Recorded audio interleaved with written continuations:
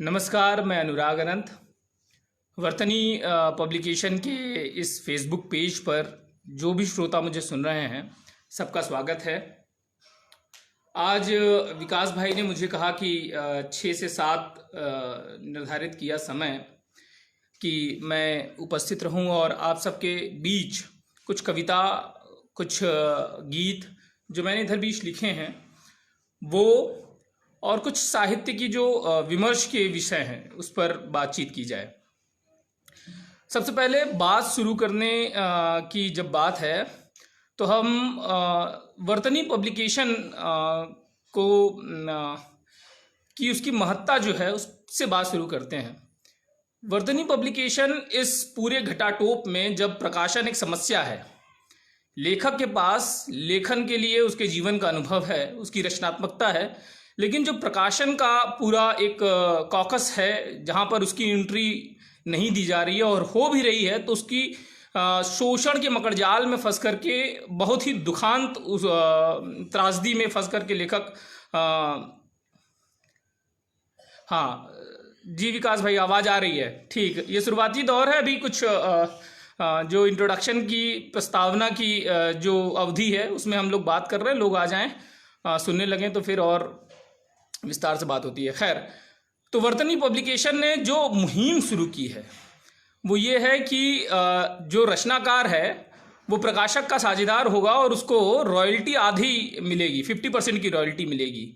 मतलब अगर 100 रुपये की किताब बिकती है आपकी, तो शुरुआत के ही समय से आपको 50 रुपया दिया जाएगा।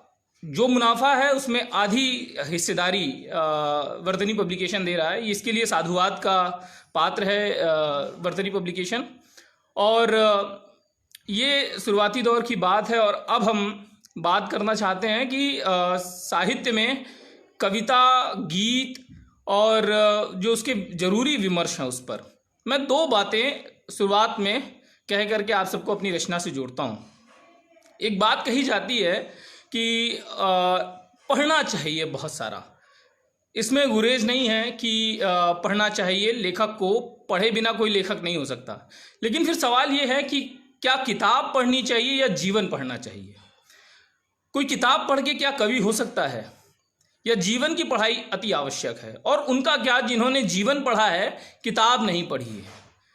तो मेरा हमेशा जो जोर होता है वो जीवन पढ़ने पर होता है। आप इसी देश में एक सबसे बड़ी समस्या ये है कि 2 वक्त की रोटी नहीं मिल पा रही है। किताब, सिलेबस की ज़रूरी जो किताबें हैं वो नहीं मिल पा रही हैं। तो क्या हम वो तवक्को कर सकते हैं कि वो साहित्यिक किताबें खरीदेंगे और एक कहानी लिखने के लिए 10 कहानी पढ़ेंगे और फिर कहेंगे? मैं ये कहता हूँ कि जो इस दौर में, जैसे वर्तनी पब्लिकेशन ने भी बात कही कि जो लिख रहा है उसको मंच हम देंगे, और ना सिर्फ मंच देंगे बल्कि उसकी आर्थिक स्वतंत्रता, आर्थिक सवाल जो हैं उसको भी मद्देनज़र रखेंगे। तो क्या जो लोग लिख रहे हैं, अपने जीवन को लिख रहे हैं, वो लोग लिख रहे हैं जिनकी रोटी की लड़ाई चल रही है, वो लोग लिख रहे हैं जो कि पैदल चले आए, दिल्ली से, बम्बई से, महानगरों से पैदल चले आए, उनके गीत हो सकते हैं अनगढ़ हों, हो सकते हैं आपकी भाषाई कसौटी में वो खरे ना उतरते हों, लेकिन जीवन जिंदाबाद है वहाँ पर। और जो जीवन जिंदाबाद है वो गीत में आएगा। तो आप अपनी कसौटियाँ अपने पास रखें जनाब, वो जब कहेगा तो जिंदाबाद कहेगा। ये एक बात। और दूसरी बात जो मैं कहना चाहता हूँ कि साहित्य में अश्लील, शील, सुचिता, गरिमा, सात्विकता, ये सारे एक वर्ड हैं, ये सारे एक शब्द हैं जो विमर्श खड़ा कर देते हैं बड़ा। मैं कह रहा हूँ जहाँ जीवन अश्लीलता का दूसरा नाम है, जहाँ जीवन अनैतिक हुए बिना नहीं चल सकता, जहाँ अपराध आपकी मजबूरी है, उस तबके के बारे में अगर कोई लिखना चाहेगा, वहाँ अश्लील, शील, वहाँ पे गरिमा, अस्मिता जैसे सारे सवाल बेमानी हो जाते हैं, सारे शब्द बेमानी हो जाते हैं। इसलिए मैं कह रहा हूँ कि जब साहित्य का लोकतंत्रीकरण होगा तो बहुत सारी चीज़ें टूट जाएंगी। जो आपके लिए भाषा है जनाब, वहाँ पर गाली है।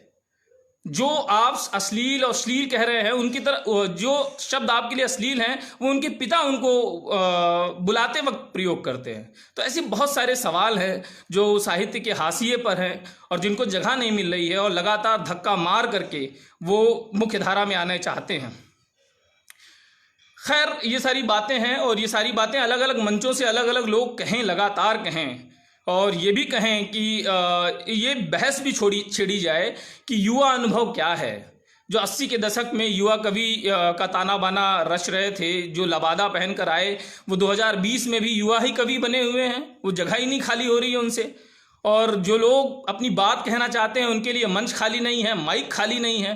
तो इस दौर में नए दरवाजे बनाने होंगे, नए दरवाजे खोलने होंगे, और बंद दरवाजों पर दस्तक जो है वो तेज करनी होगी, अपनी बात कहनी होगी। खैर ये सारी बातें जो हैं वो होती रहेगी। समय जो है सीमित है, और पाबंदी में, समय की पाबंदी में मैं भी हूँ। मैं आपको सीधी सीधी कुछ रचनाओं से जोड़ता हूँ। तो जिस तरीके से कोई भी शुभ काम शुरू करते वक्त मंगलाचरण होता है, प्रार्थना होती है, तो हम कवियों की जो एकमात्र देवी है, एकमात्र देवता है, एकमात्र खुदा है, वो प्रेम है। तो हम जो लोग साहित्य की साधना करने वाले लोग हैं, जो लिखने पढ़ने वाले लोग हैं, जो सुंदर दुनिया का स्वप्न देखने वाले लोग हैं, वो किस तरीके से अपनी बात कहते हैं, किस तरीके से प्रार्थना करते हैं, वो गीत से शुरू करता हूँ। बाकी मैं बीच बीच में आपको कुछ कविताएं भी, कुछ गीत भी सुनाता रहूँगा। तो शुरू करता हूँ। यही तो आइडिया ऑफ इंडिया है जी, इफ्तिकार भाई। हाँ, गीत है कि नयन नीर यमुना का जल है, हृदय धीरे गंगा का पानी। इलाहाबाद की धरती से, संगम की नोच से ये गीत आप तक पहुंच रहा है कि हृदय नयन नीर यमुना का जल है, हृदय धीरे गंगा का पानी। सिसकत सिसकत बीती रतियाँ, तड़पत तड़पत गई जवानी। प्रेम कहानी धानी धानी, प्रेम कहानी धानी धानी। उलझी उलझी बात करे हम, बीच दोपहरी रात करे हम। उलझी उलझी बात करें हम, बीच दोपहरी रात करें हम। नैनों के नाव में बैठे बैठे, बीती कितनी शाम सुहानी। प्रेम कहानी धानी धानी, प्रेम कहानी धानी धानी। प्रेम की भाषा प्रेम ही समझे, प्रेम का उलझा प्रेम से सुलझे। प्रेम की भाषा प्रेम ही समझे, प्रेम का उलझा प्रेम से सुलझे। ढाई आखर की बात है सीधी, ग्रंथ लिखें सब ज्ञानी ध्यानी।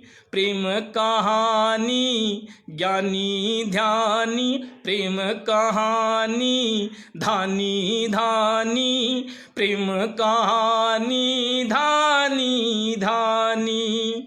देह का मंडप देह की अग्नि, मन का मंडप प्रेम मंत्र का निश दिन जप तप। देह की अग्नि मन का मंडप, प्रेम मंत्र का निश दिन जप तप। देह की अग्नि मन का मंडप, प्रेम मंत्र का निश दिन जप तप। प्रेम के वृक्ष पे प्रेम के फल हैं, प्रेम निशाना प्रेम निशानी। प्रेम कहानी धानी धानी, प्रेम कहानी धानी धानी। और ये आखिरी बंद है इस गीत का कि प्रेम के रस्ते जग में आए, प्रेम के रस्ते होंगे रवाना, बस प्रेम बचेगा इस दुनिया में, बाकी सब शय आनी जानी। प्रेम कहानी धानी धानी, प्रेम कहानी धानी धानी। शुक्रिया भाइयों। और कुछ गीत ही सुनाता हूँ आपको, गीत आपको पसंद आए हैं और गीत से ही महफिल बढ़ाते हैं आगे। ये गीत है कि जब मन की पीड़ा बहुत गहराती है तो आवाज़ नहीं निकल पाती, हम कहना चाहते हैं लेकिन कह नहीं पाते। गीत में उस बात को कहने की कोशिश की है कि मन की पीड़ा कह नहीं पाए, भीतर भीतर सहते रहे। मन की पीड़ा कह नहीं पाए, भीतर भीतर सहते रहें। खारे खारे अनुभव सारे बनके आंसू बहते रहे।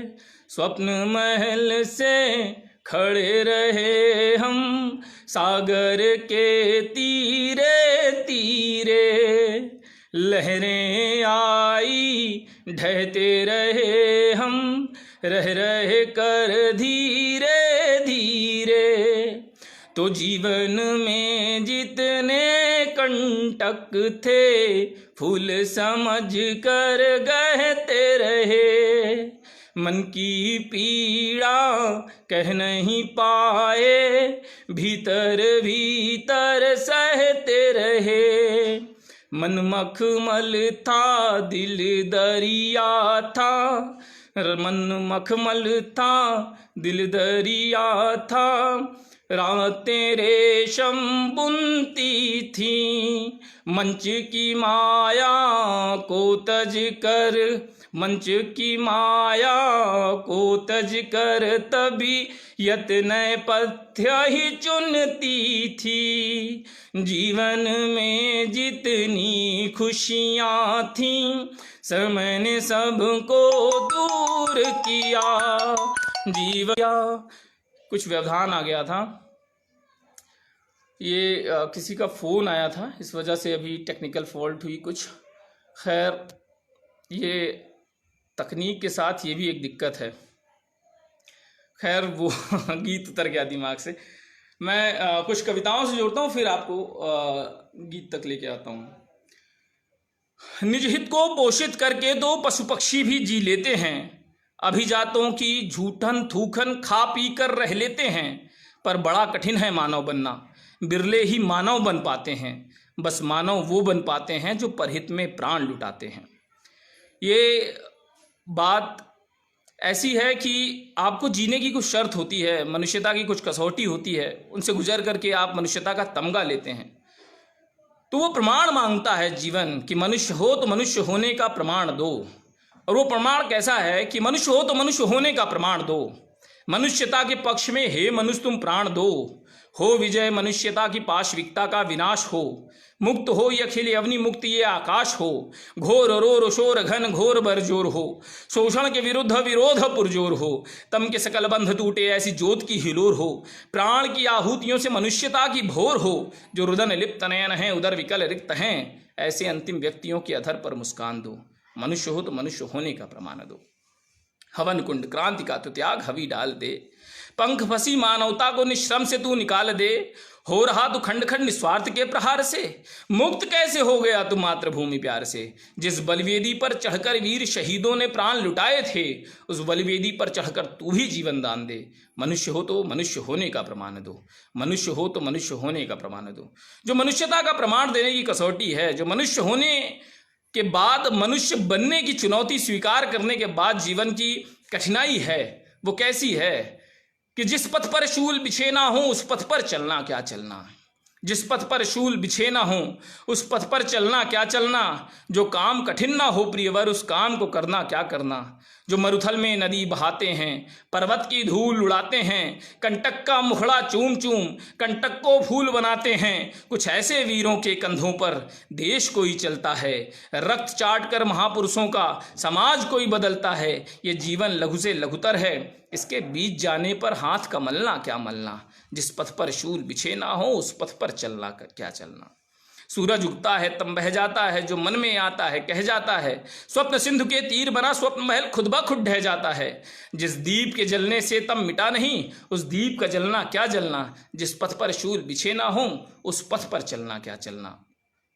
तो ये एक चुनौती है जो मनुष्य होने के नाते हमको स्वीकार करनी होगी। और जब हम मनुष्य हो जाते हैं तो हमें परहित में जीना होता है, पर पीड़ा हमें दिखती है, औरों की पीड़ा दिखती है, और जो वेदना है वो संवेदना बन जाती है। आप संवहन करते हैं दूसरों की पीड़ा, और दूसरों की पीड़ा कैसी पीड़ा है। जब हम और आप लॉकडाउन में घर में बैठे हुए थे, हम वो लग्जरी अफोर्ड कर सकते थे घर में बैठने की।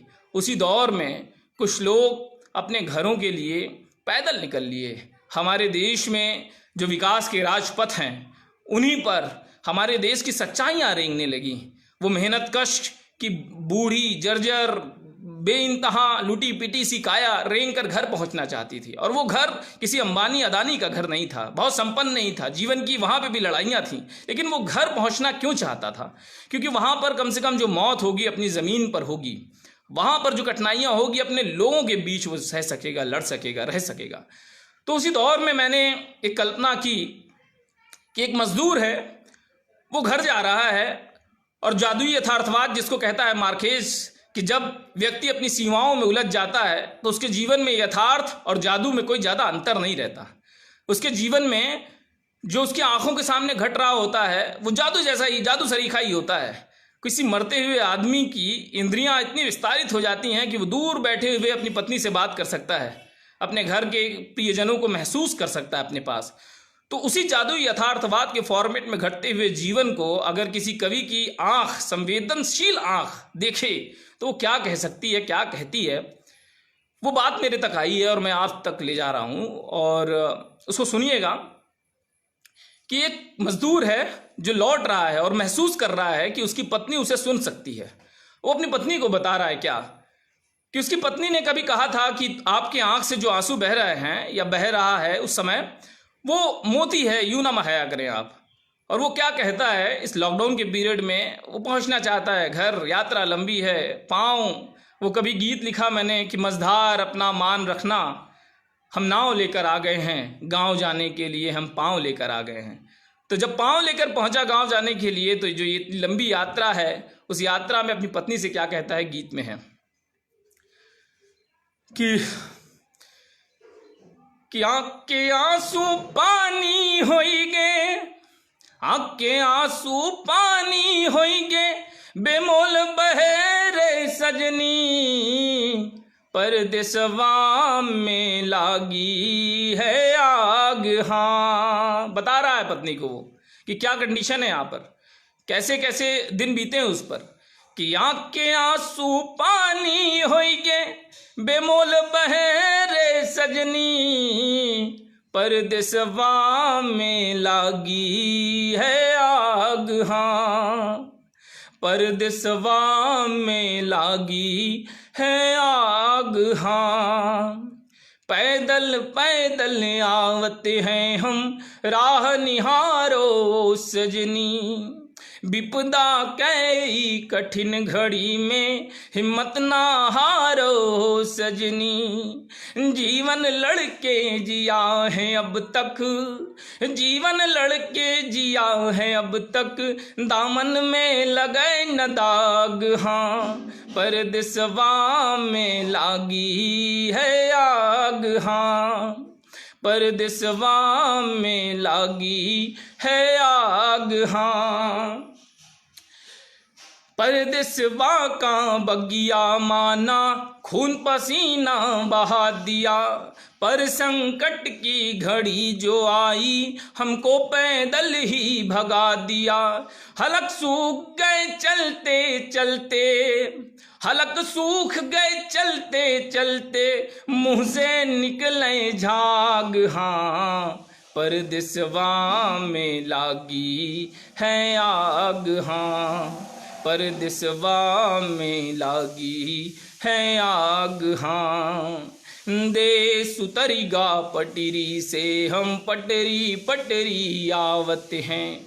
देश उतरीगा पटरी से, हम पटरी पटरी आवत हैं। रेल के पटरी पर मनई का रोटी कै खेल चलावत हैं। रात में सोए पटरी पे हम, रात में सोए पटरी पे हम, सुबह उजड़ेगा तुहार सुहाग। हाँ परदेसवा में लागी है आग। हाँ परदेसवा में लागी है आग। हाँ शहर न गांव के रहे न शहर के रहे वो लोग, बीच में उनकी जानें चली गईं। वो क्या कहते हैं कि शहर छूटेगा गांव छूटेगा, बीच में चली गई जान रे। शहर छूटेगा गांव छूटेगा, बीच में चली गई जान रे। हाथ से छूट गई रोटी और देह से निकले प्राण रे।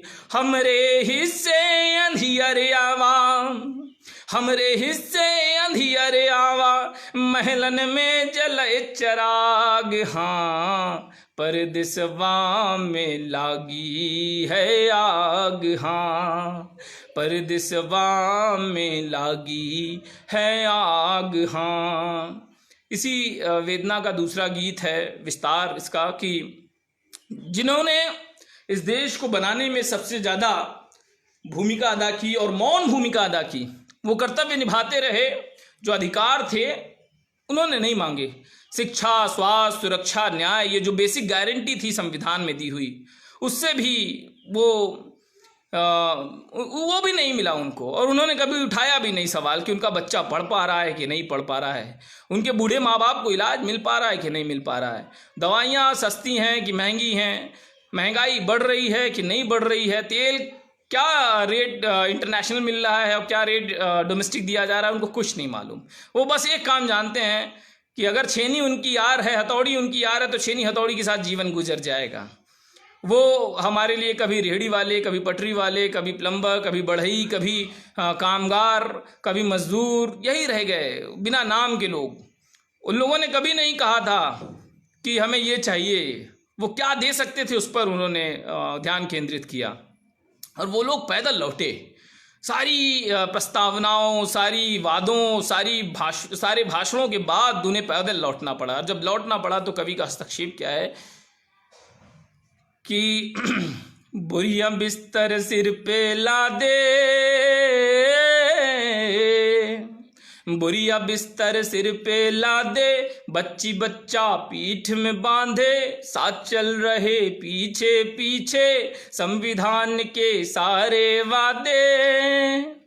सरकारों की चौखट से बैरंग लौट रहे हैं हम, हाँ पैदल लौट रहे हैं हम, हाँ पैदल लौट रहे हैं हम।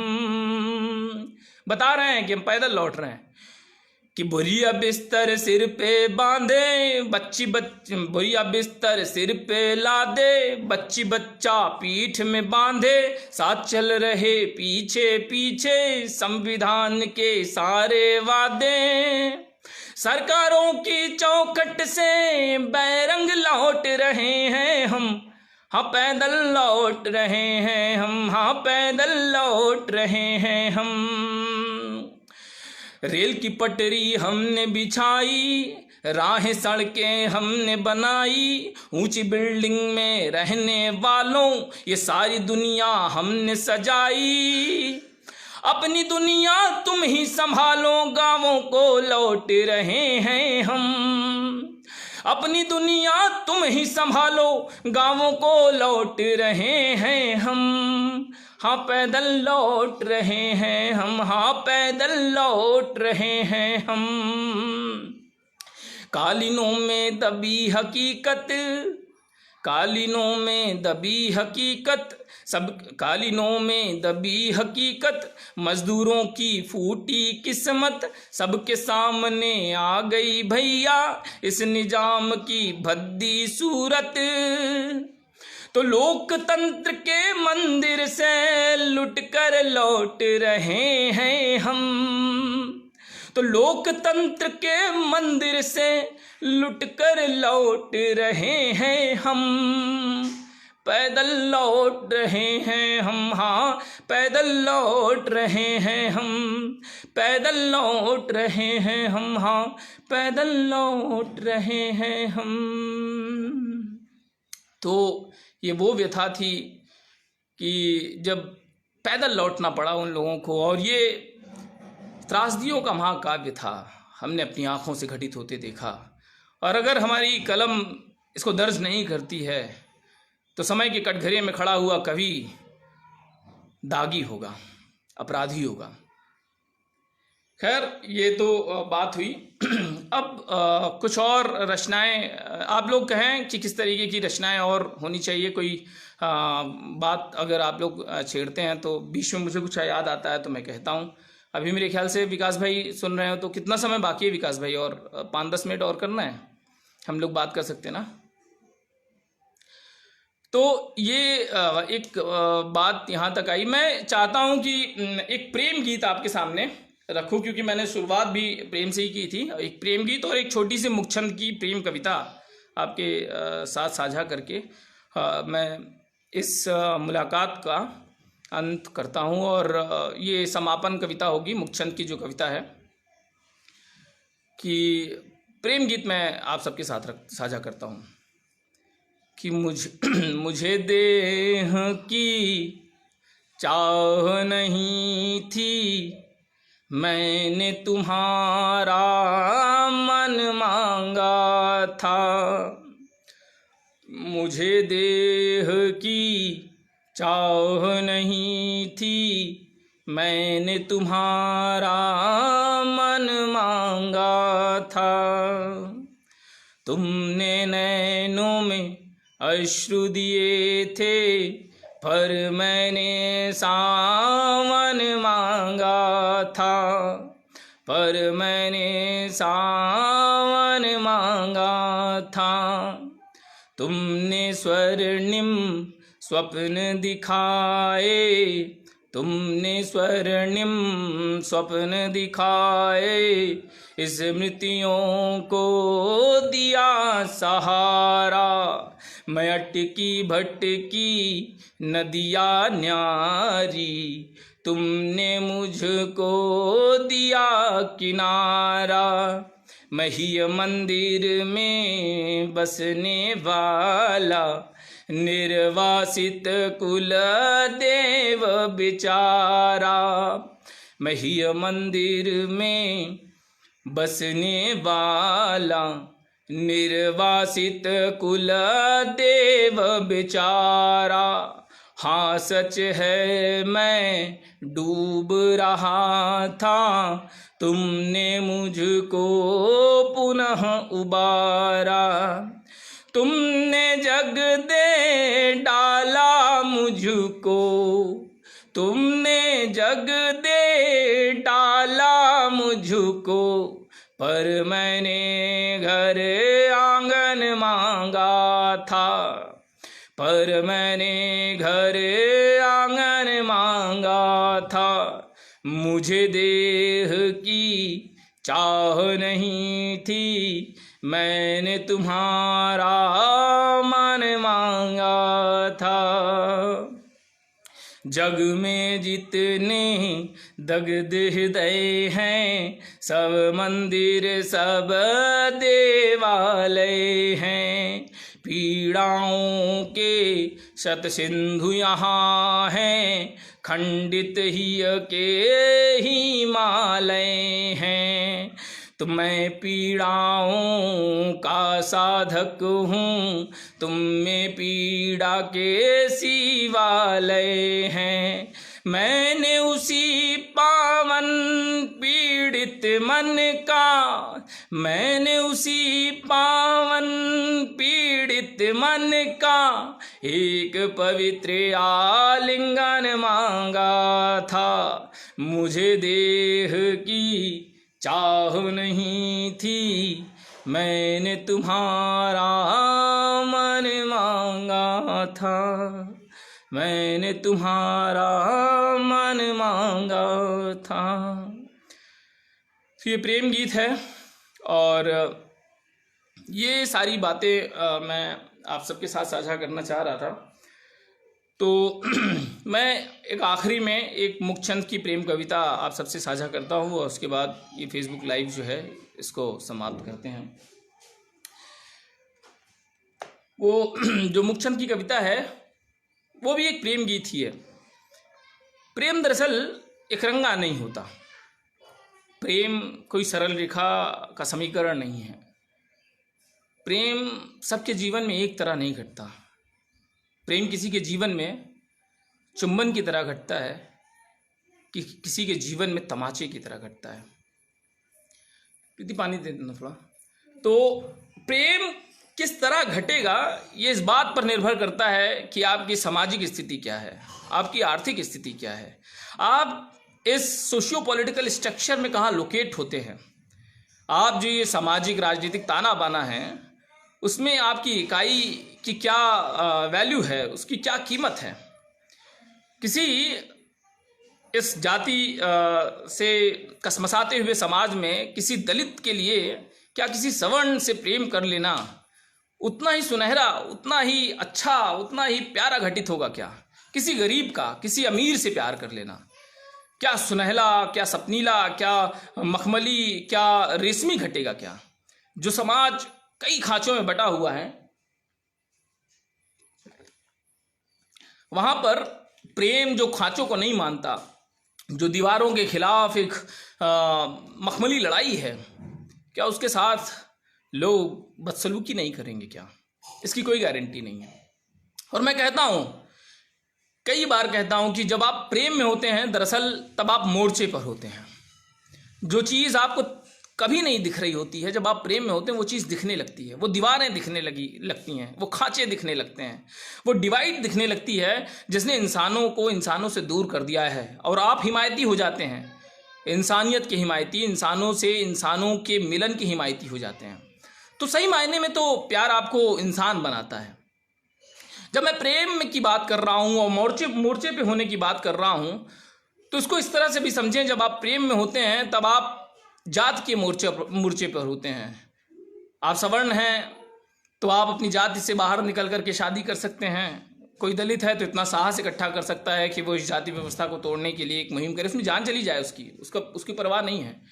जब आप प्रेम में होते हैं तो आप रोजगार के मोर्चे पर, पढ़ाई लिखाई के मोर्चे पर, जाति व्यवस्था के मोर्चे पर, अर्थ के मोर्चे पर, हर मोर्चे पर लड़ते हुए योद्धा होते हैं। तो प्रेम आपके छुपे हुए सामर्थ्य को उद्घाटित करता है। इसीलिए प्रेम मनुष्यता की जो संभावनाएं हैं उसके विस्तार का दूसरा नाम है। तो वहां पर जो भी नकारात्मक है वो भी सकारात्मकता के भाव से आता है।